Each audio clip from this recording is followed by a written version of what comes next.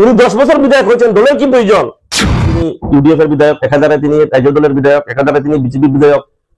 এখন নতুন এড করেছেন কংগ্রেসের পীযূষ হাজরিকার 1 নম্বর ব্যক্তি। এর মানে কি? তিনি বিজেপির বিধায়ক। যদি কোনো নীতি আদর্শ শৃঙ্খলা থাকতো, তার এরকম নির্লজ্জের পলাপলা করতো না। কচুরিপানা সুতের সঙ্গে বাঁচতে জানে ওরা। সুতের বিরুদ্ধে দাঁড়ানোর ওদের কোনো ক্ষমতা নেই, সুতের গতির বিরুদ্ধে দাঁড়াতে ওদের কোনো ক্ষমতা নেই, ওরা মেরুদণ্ডহীন। কংগ্রেস দলে অনেক দাবিদার রয়েছেন, অনেক নেতৃত্বের ব্যক্তি রয়েছেন, রাখে দলে অনেক দিন থেকে কাজ করে যাচ্ছেন। তো উনাকে টিকিট দেওয়ার কি যুক্তিকতা থাকতে পারে? টিকিট শুনেন, প্রথমে উনার যদি সামান্যতম নৈতিকতা বোধ থাকতো, লজ্জা শরম থাকতো, তাহলে তিনি এভাবে টিকিট দাবি করতেন না। তিনি ইউডিএফ এ ছিলেন, ইউডিএফ এর বর্তমানে বিধায়ক তিনি, ঠিক আছে, সাসপেনশনে আলটিমেটলি ইউডিএফ এর বিধায়ক, তবে উনি রাজ্য দলেরও বিধায়ক। তো উনি এখন বিজেপিরও উনি বিধায়ক, কারণ উনি তো নিজেই বলেছেন যে আমি পীযূষ হাজরিকার 1 নম্বর ব্যক্তি। তার মানে কি? তিনি বিজেপির বিধায়ক। তিনি কত মহান ব্যক্তি দেখুন, একাধারে তিনি ইউডিএফ এর বিধায়ক, একাধারে তিনি রাজ্য দলের বিধায়ক, একাধারে তিনি বিজেপির বিধায়ক। এখন নতুন এড করেছেন কংগ্রেসেরও, মানে তিনি সর্বদলীয় বিধায়ক। এদের মধ্যে যদি কোনো নীতি আদর্শ শৃঙ্খলা থাকতো, তার এরকম নির্লজ্জের পলাপলা করতো না। মানুষকে দিয়ে দিয়ে কংগ্রেসের টিকিট চাই ভাই। এখন বিজেপির লোকেরা যদি বলে কংগ্রেসের টিকিট, কংগ্রেসের যদি বলে বিজেপির টিকিট, সিপিএমটা যদি বলে বিজেপির টিকিট, রাজ্য দল বলে যদি কংগ্রেসের টিকিট, তাহলে ভারতবর্ষের দলগুলোকে নিঃশেষ করে দিলেই হলো। দলের নীতি নিয়ম যদি সামান্য বুধ থাকতো, ওদের আদর্শ দায়বদ্ধতা থাকতো, এইভাবে উনি 10 বছর বিধায়ক হয়েছেন, দলের কি প্রয়োজন? উনি 10 বছর আলগাপুরে বিধায়ক রয়েছেন, তিনি কর্মবীর, তিনি দাতা কর্ণ। উনার মতো টাকাওয়ালা এমএলএ সমস্ত পৃথিবীতে নেই।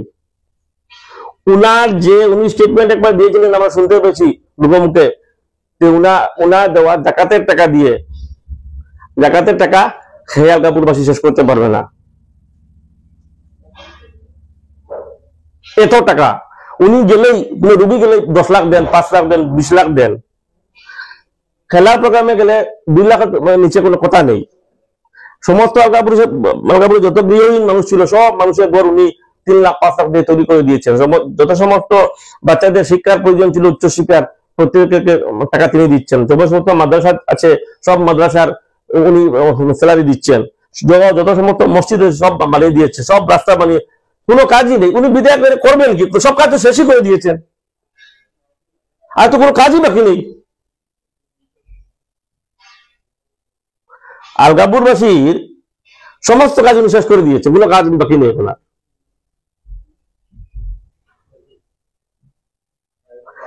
ওরা শুধু লেজুর বৃত্তি করতে জানে,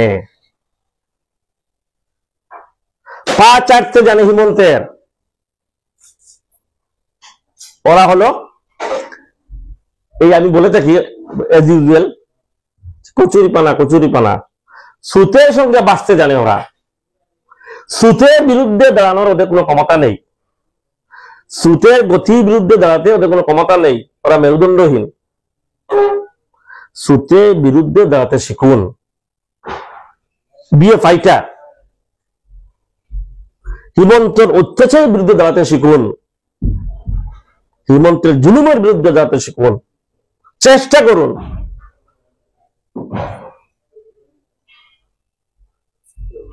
আমাদের হাইলাকান্দিতে যখন হিমন্ত বাবু আসলো, ওই এসএসপির সামনে একটা সভা, হিমন্ত বাবু সামনে বলছেন যে যা টাকা দেই এই বিধায়কগুলো খেয়ে খেয়ে দেখো দেখো কি অবস্থা, ওদের পেট কত বড় হয়েছে।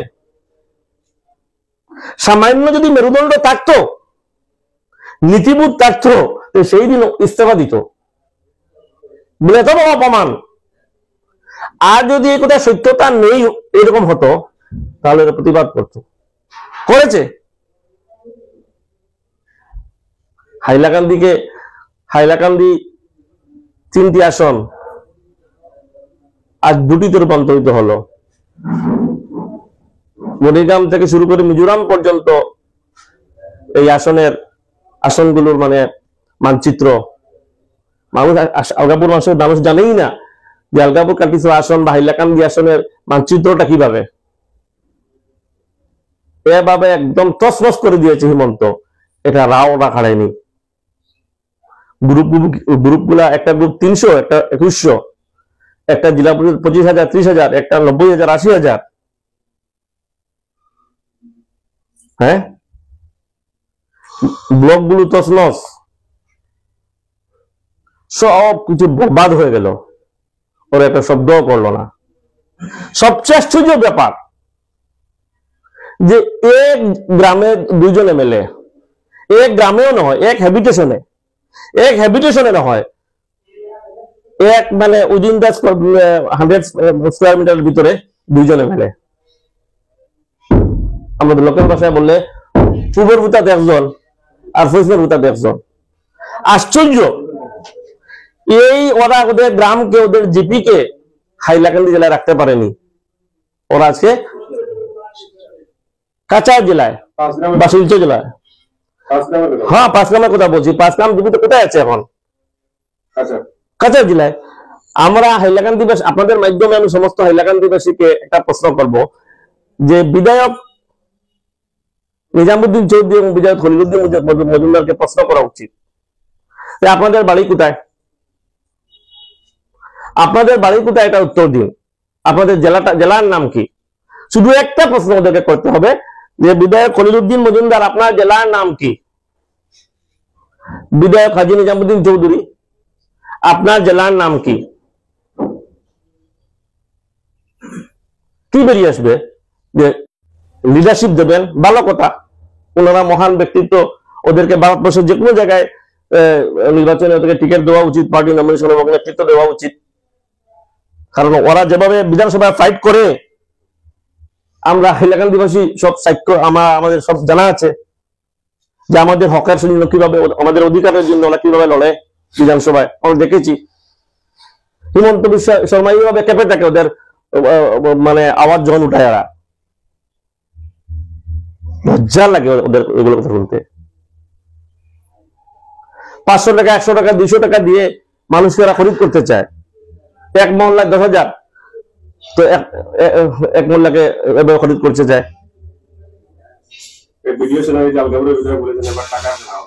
এই তো কখনো উনার মাথায় খেলা, কখনো পায়ে খেলা, কখনো হাঁটুয়ে খেলা, কখনো বুকে খেলা, কখনো পিঠে খেলা, এখন খেলাটা পকেটে।